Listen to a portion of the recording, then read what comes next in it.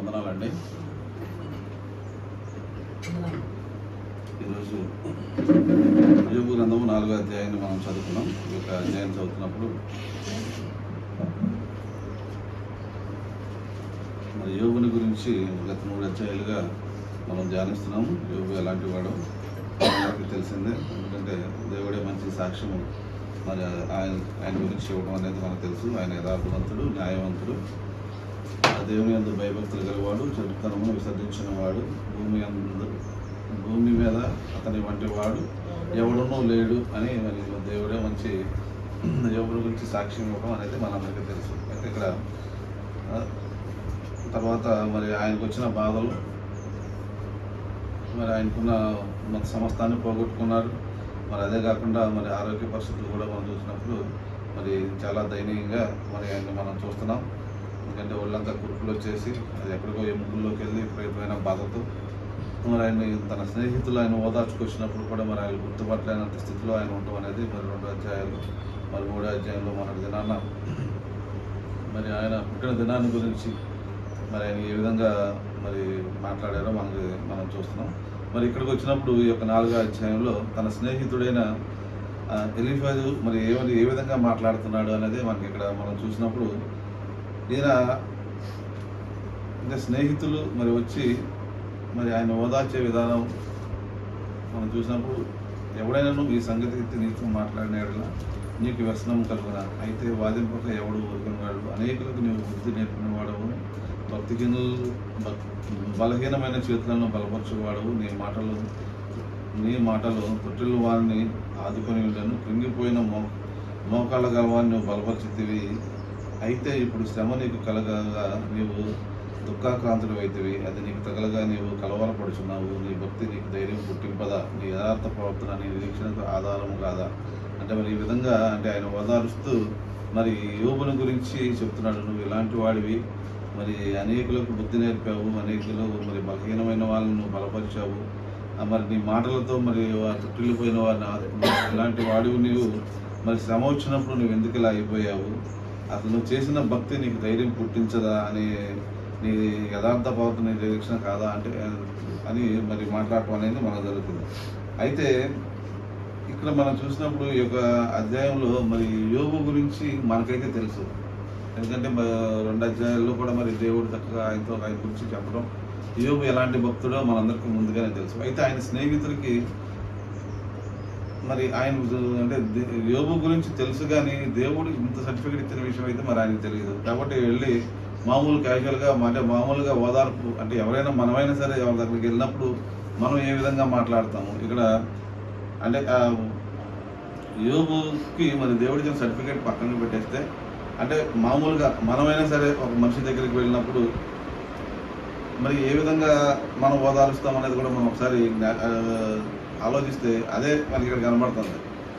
అయితే ఈయన కూడా ఒక యోబుని మామూలుగా ఒక స్నేహితుడిగా మాట్లాడుతున్నాడు. అంటే యోబు అంత భక్తుడు అంత ఇది అనేది అంటే భక్తుడని తెలుసు, కానీ అంటే దేవుడు ఇచ్చే అంత సర్టిఫికేట్ ఇచ్చే అంత భక్తుడు అనేది మరి వాళ్ళకి అవగాహన లేకపోవచ్చు.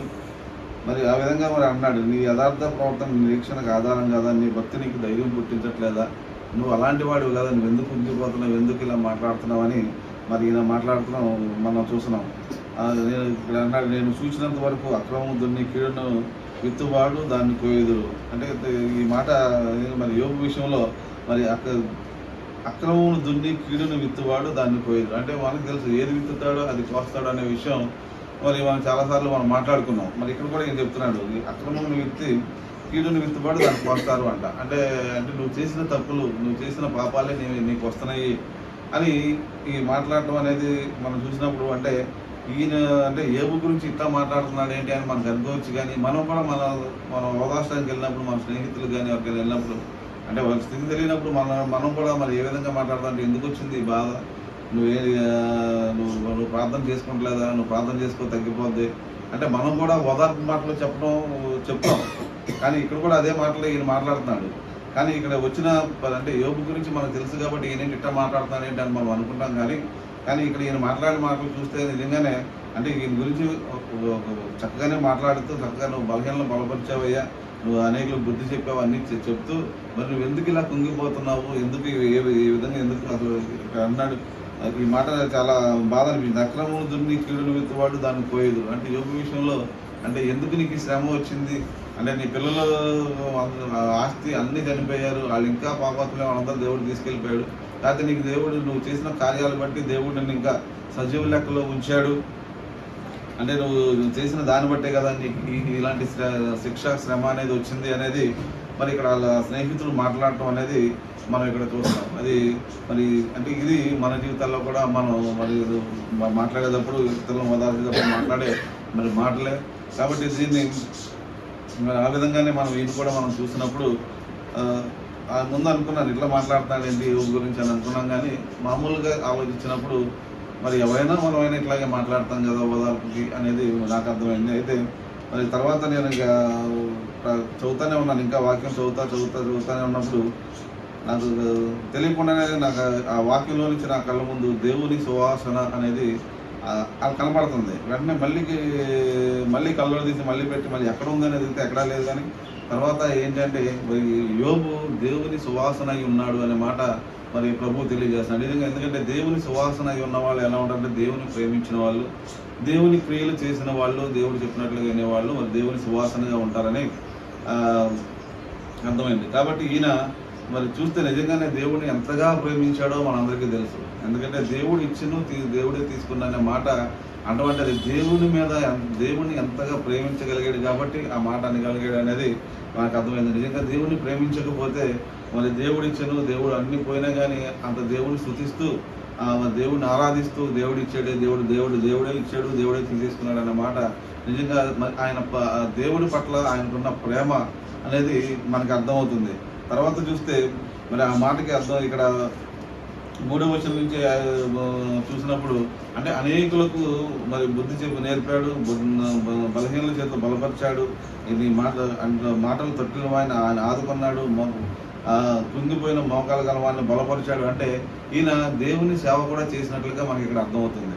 ఎందుకంటే అనేకులకు మరి దేవుని మాటలు చెప్తూ మరి అనేకులను బలపరచడం, తొట్టిల్లిపోయిన వారిని ఆదుకోవడం, కుంగిపోయిన వారిని బలపరచడం, ఇవన్నీ కూడా మరి యోబు చేస్తున్నాడంటే ఆయన దేవుని పని దేవుని సేవ చేసిన వాడు. అంటే దేవుని సువాసన ఎందుకు అయ్యాడంటే దేవుని పని చేసిన వాడుగా, దేవుని క్రియలు చేసిన వాడుగా, దేవుని పని చేసిన వాడుగా ఉన్నాడు కాబట్టి మరి ఆయన దేవుని సువాసనగా ఉన్నాడు అనేది మరి ప్రభు మరి దీని గురించి మరి ఆ మాట నాకు కళ్ళకు కనపడటం అనేది చూసింది. పోయిన వారం ఏంటో ఆయన ఎక్కలేని ఎత్తైన కొండ అనుభవంలోనికి మరి దావీదు మరి ప్రార్థన చేసినట్టుగా ఈయన ఆల్రెడీ అలాంటి స్థితిలో ఉన్నాడని ప్రభు తెలియజేస్తే ఈ వారం ఈయన దేవుని సువాసన అంటే యేసు గురించి ఎంత చక్కటి మరి సాక్ష్యం దేవుడు ఇస్తున్నాడు అనేది మనకి అర్థమైతే. నిజంగా ఈ మాటలు మనం చూసినప్పుడు 2 కొరింథీయులకు రాసిన పత్రిక 2వ అధ్యాయము 15వ వచనంలో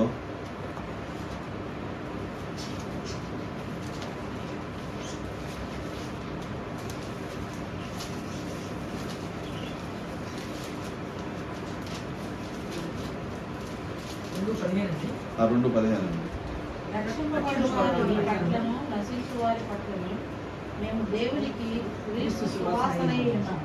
నశించు వారికి మరణార్థమైన మరణపు వాసనలను, రక్షింపబడు వారికి జీవార్థమైన జీవపు వాసనలను ఉన్నాము. చాలండి. కానీ ఇక్కడ మరి పౌలు గారు కూడా చెప్తున్నాడు, రక్షింపబడు వారి పట్ల నశించు వారి పట్లను మేము దేవునికి క్రీస్తు సువాసన ఉన్నాం. అంటే మరి పౌలు గారు మరి ఎంతగా శ్రమపడ్డారో సువార్త చెప్పడానికి, మరి సువార్త విషయమై మరి చెప్తున్నాడు, మేము క్రీస్తు సువాసన ఉన్నాము. కాబట్టి నిత్యము వాళ్ళు దేవుని స్తుతిస్తూ ఉన్నారు కాబట్టి, దేవుడిని మరి పరిచర్యలో ఉన్నారు కాబట్టి మరి వాళ్ళందరూ కూడా మరి ఏ విధంగా ఉన్నారు అంటే మరి దేవుని సువాసనగా ఉన్నారని మనకి ఇక్కడ కనబడుతుంది.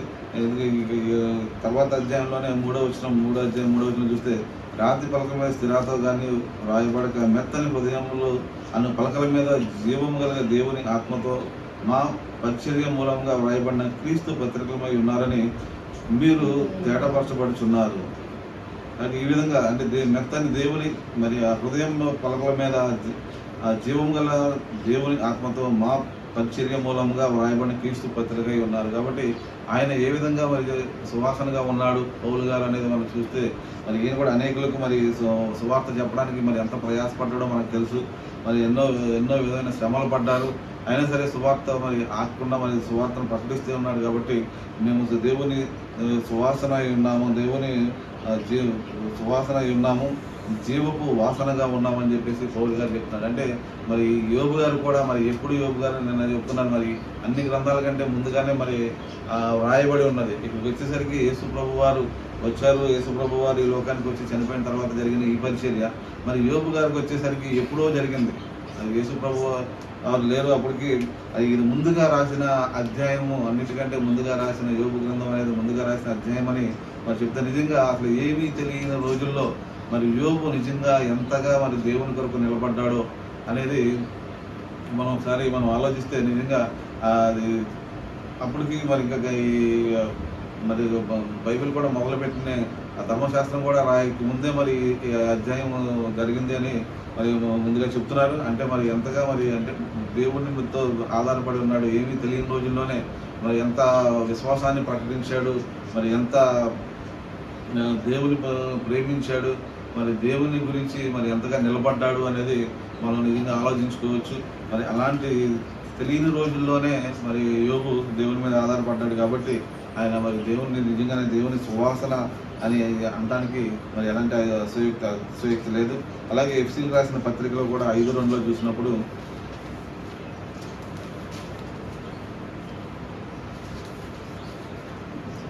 మొదటి చూడండి, కావున మీరు ప్రియులైన పిల్లల వల్లే దేవుని పోలే నడుచుకోండి. క్రీస్తు మిమ్మల్ని ప్రేమించి పరిమళ వాసనగా ఉండటకు మన కొరకు తన్ను తాను దేవుని అర్పణగాను బలిగాను అర్పించుకును. అలాగునే మీరు ప్రేమ కలిగి నడుచుకునడి. కాబట్టి ఇక్కడ కూడా మనం ఎలా ఉండాలి, మరి యోబు గారు ఎలా ఉన్నారు, మరి సువాసనగా ఆయన ఉన్నాడు. ఈ రోజున మనం ఆయనకి ఏమి తెలియని రోజుల్లోనే దేవుని సువాసనగా మారాడు. మరి ఇక్కడికి వచ్చేసరికి మరి ఈయన మరి పౌలు గారు ఎఫెసీయులకు రాస్తూ చెప్తున్నాడు, మీరు పిల్లల వల్లే దేవుని పోలే నడుచుకోండి. క్రీస్తు మిమ్మల్ని ప్రేమించి ప్రియులైన పిల్లల వల్లే దేవుని పోలే నడుచుకోండి.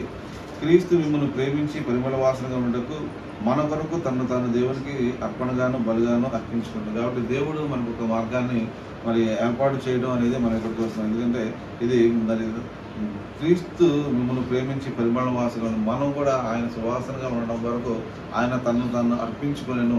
కాబట్టి మనకి ఒక మార్గము, మనకు ఒక ఈజీగా దేవుడు మనకు ఆల్రెడీ మనకు సిద్ధపరిచాడు. కాబట్టి మీరు కూడా మరి ఆ సువాసన లాగా ఉండండి అని చెప్పేసి మరి ఇక్కడ ఎఫెసీయులకు రాసిన పత్రికలో మనం చూస్తున్నాం. ఎందుకంటే దేవుడు ఆయనే మన కొరకు ఈ లోకానికి వచ్చి మరి ఆయనే మన పాపం కొరకు మరి చనిపోవడం అనేది మనకు తెలుసు. మత్తయి సువార్త 20:28 చూసినప్పుడు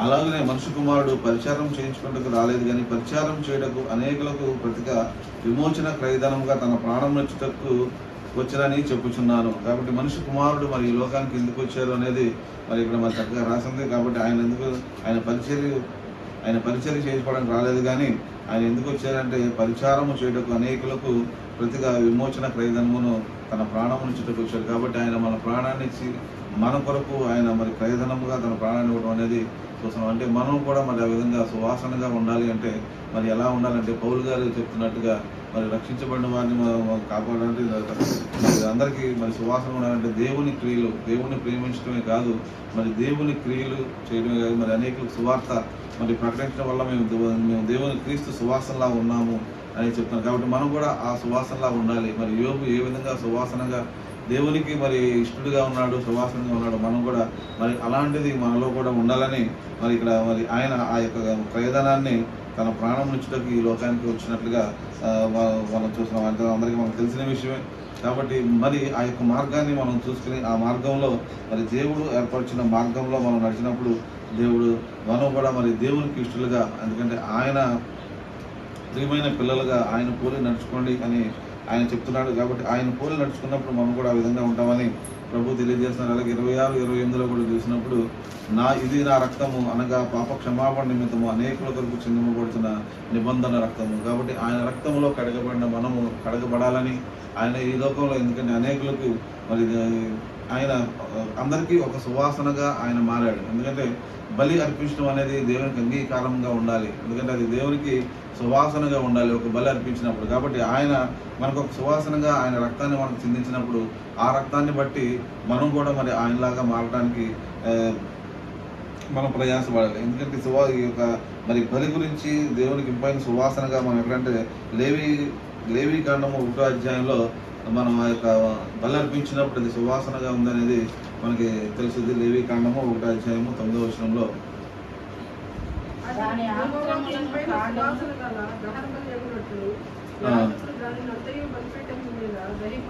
దహించగలను. 13 కూడా చూసానండి. దాని అంతరములను ఆంతరములను కాళ్ళను నీళ్లతో కడగవలెను. అప్పుడు యాజకుడు దానిని అంతయు తెచ్చి బలిపీఠము మీద దానిని దహింపవలెను. అది దహన బలి అనగా యెహోవాకు ఇంపైన సువాసన గల హోమము. కాబట్టి ఇక్కడ మరి ఏ విధంగా మరి ఇంపైన సువాసన గల హోమంగా ఉందంటే, మరి ఇక్కడ చూసినప్పుడు అది ఒక బలి అర్పించినప్పుడు, బలిపీఠం మీద బలి అర్పించినప్పుడు దేవుడు అది అంగీకరించినప్పుడు అది శ్రేష్టమైనదిగా ఉన్నప్పుడు మరి దేవుడికి ఇంపైన సువాసనగా ఉంది. కాబట్టి మన కొరకు దేవుడు మరి ఆ విధంగా మరి ఆ బలిగా అయ్యారు. ఆయన సువాసనగా మనకు మారినప్పుడు మరి ఆ యొక్క ఆయన ఇచ్చిన దాన్ని మనం పుచ్చుకోవాలి అంటే అంటే ఆయనలాగా మనం మారినప్పుడు, ఆయన రక్తంలో మనం కడగబడినప్పుడే మనం కూడా దేవుని సువాసనగా మరి అవుతాము అనేది మరి వాక్యంలో మనం చూస్తున్నాం. కాబట్టి ఇక్కడ మరి పౌలు గారు చెప్పింది కూడా మరి అదే. కాబట్టి దేవుని కొరకు మరి ఆయన ఆల్రెడీ మన కొరకు సిద్ధపాటు చేసిన దాన్ని మనం గ్రహించుకుని దాని ప్రకారం మనం ఆయన రక్తంలో కడగబడిన వారుగా మరి పాప క్షమాపణ అనేది మనం దొరికినప్పుడు తప్పకుండా మనం కూడా ఆయన సువాసనగా మరి మారినప్పుడు మనం కూడా ఎలా ఉంటాము అంటే మరి అంటే సువాసనగా మారేమంటే మనం కడగబడి మన పాపాలు క్షమించబడటమే కాదు, కానీ మరి దేవుడిని ప్రేమించడం వల్ల మరి దేవుడి కార్యాలు చేయడం, దేవుడి క్రియలు అనేది మనం చేయడం వల్ల దేవుని సువాసనగా మారుతాం. ఎందుకంటే మేము ప్రకటిస్తున్నాం కాబట్టి దేవుని హృదయంలో మేము ఉంచుకున్నాం కాబట్టి దేవుని పత్రికలుగా ఉన్నాము కాబట్టి ఆయన సువాసన అనేది మరి ఆయన చెప్తున్నారు. కాబట్టి మనం ఎంతవరకు ఉన్నాము దేవునితో మరి అలాంటి ఆ బంధము మరి దేవునితో ఆ సంబంధం మనకి ఎంతవరకు ఉంది నిజంగా. ఎందుకంటే ఆ సువాసన అనేది అంటే లోకంలో రకరకాల వాసనలు ఉంటాయని ఇందాక మనం చూసాం. కాబట్టి అలాంటిది మరి మనం నిజంగా ఆ దేవుని యొక్క, ఎందుకంటే ఎప్పుడైతే దేవుడు మనలో ఉండి ఎప్పుడైతే దేవుని ఆత్మచేత నింపబడి మరి మనం కూడా మన ఆ హృదయంలో మరి దేవుని యొక్క ఆజ్ఞలు హృదయం మీద రాసుకుని మరి ఏ విధంగా అయితే మరి పౌలు గారు చెప్పినట్లుగా మనం కూడా ఉంటాము, మరి అప్పుడే మనం కూడా మరి ఆయన యొక్క సువాసనగా మారుతామని మరి ప్రభువు తెలియజేస్తాడు. కాబట్టి యోబు గారి విషయంలో మరి ఎంతగా మరి దేవుడు ఆయన ప్రేమించాడు, దేవుడిని ఆయన ప్రేమించాడు, దేవుడు ఆయన ప్రేమించాడో మనందరికీ తెలుసు. కాబట్టి ఆయన ప్రేమించడమే కాక తన క్రియలు కూడా చేశాడు. మనకు ముందధ్యాయంలో తన పిల్లల కొరకే ఆయన బలి అర్పించాడు అని ఉంటుంది.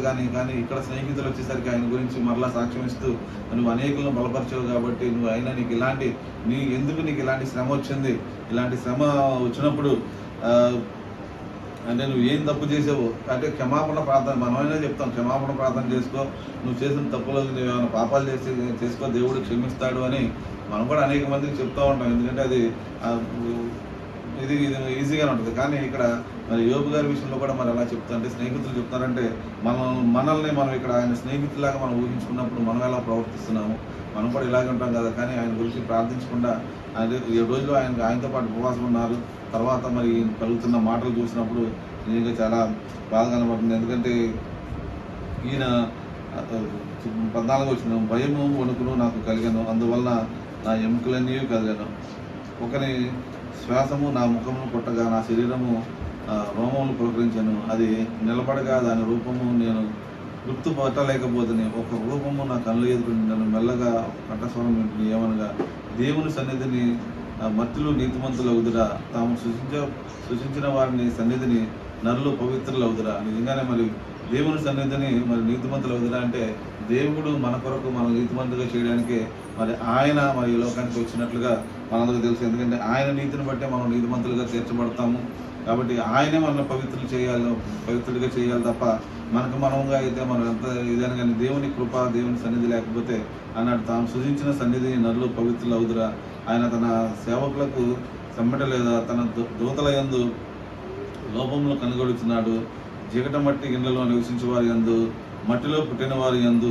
నిజంగానే మరి మనం కూడా మరి ఎలా ఉన్నామంటే జిగట మట్టిలో నుంచి వచ్చిన వాళ్ళం, మరి మట్టిలో నివసించిన వాళ్ళం. కాబట్టి మన పరిస్థితులు కూడా మనం ఆలోచించుకుని, ఎందుకంటే ఈ లోకంలో మనం ఉంటున్నాము, ఈ లోకము మాలిన్యము మనం అంటకుండా ఉండాలంటే మరి దేవుడు చేసిన ప్రతి కార్యాన్ని మనం గుర్తెరిగి దేవుడు మనతో ఉన్నాడు, మనం కూడా మరి దేవుని సువాసనగా ఉండాలి.